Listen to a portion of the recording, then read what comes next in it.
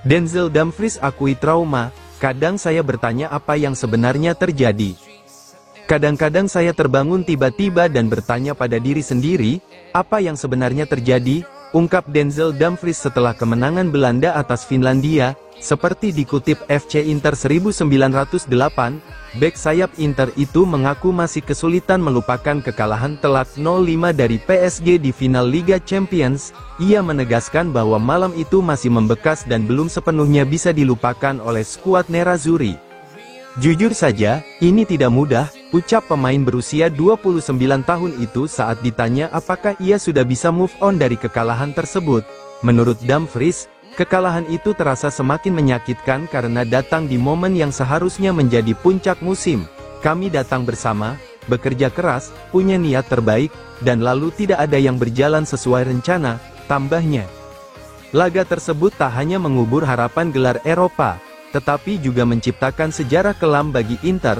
PSG benar-benar menguasai lapangan dan pantas menang.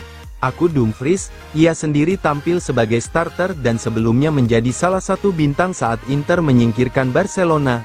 Namun, di final, tim seolah kehilangan arah sejak menit awal.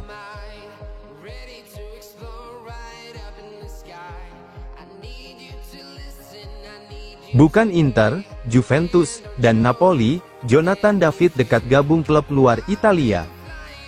Kemungkinan melihat Jonathan David bermain di Italia semakin kecil. Saat ini, ia lebih dekat ke klub non-Italia, ungkap pakar transfer Matteo Moretto, mengutip situasi terbaru terkait masa depan penyerang internasional Kanada tersebut.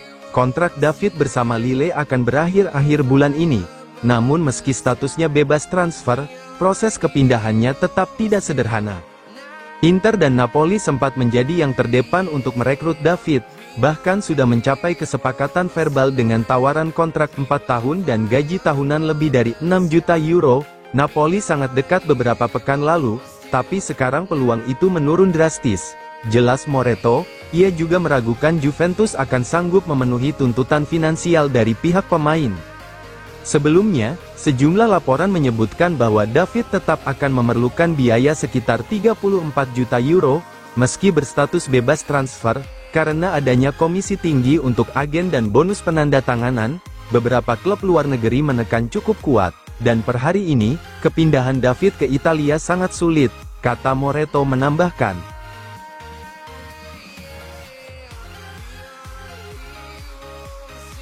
Rasmus Højlund redam rumor ke Inter, saya terikat kontrak hingga 2030.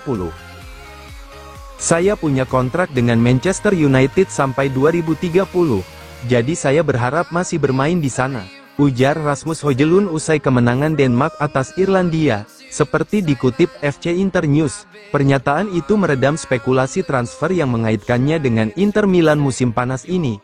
Meski begitu, laporan terbaru menunjukkan bahwa Inter tetap menjadikannya target utama. Inter diketahui telah membuka pembicaraan awal dengan Manchester United terkait transfer Højlund. Nerazzurri sudah mengajukan ide penawaran pinjaman, tapi ditolak oleh United. Meski begitu, negosiasi terus berjalan untuk mencari titik temu, tulis laporan tersebut. Bahkan, Inter juga dilaporkan telah menjalin kontak langsung dengan perwakilan sang pemain. Namun Højlund sendiri memilih bersikap hati-hati terhadap rumor yang beredar.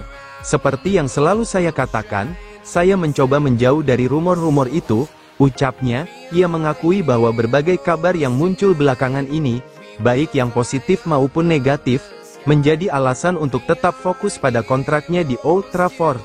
Pemain berusia 22 tahun itu pindah ke United dari Atalanta pada musim panas 2023. Namun belum mampu mengulangi performa gemilangnya bersama klub Serie A tersebut.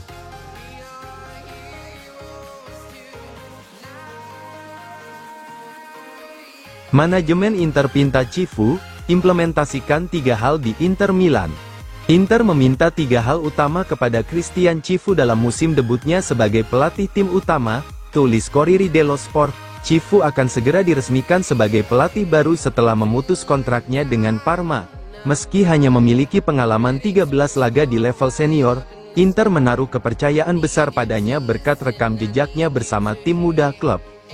Misi pertama yang diminta manajemen adalah membawa Inter kembali meraih trofi. Inter musim lalu hampir meraih gelar besar, tapi gagal di momen-momen terakhir, tulis laporan tersebut. Kekalahan telak 5-0 dari PSG di final Liga Champions dan kegagalan meraih Scudetto menjadi luka besar yang harus segera dibayar lunas.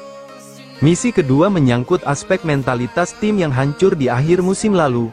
Cifu diminta untuk mengubah suasana ruang ganti dan memulihkan kepercayaan diri para pemain, lanjut Koriri. Setelah 2 kegagalan beruntun dalam waktu singkat, skuad Nerazzurri dianggap kehilangan arah dan membutuhkan pendekatan emosional yang baru. Yang ketiga, Inter ingin Cifu lebih memprioritaskan pemain muda dalam proyek jangka panjang klub. Pengalaman Cifu melatih di sektor junior menjadikannya sosok ideal untuk memimpin pergeseran dari pemain veteran ke generasi baru, tulis laporan itu.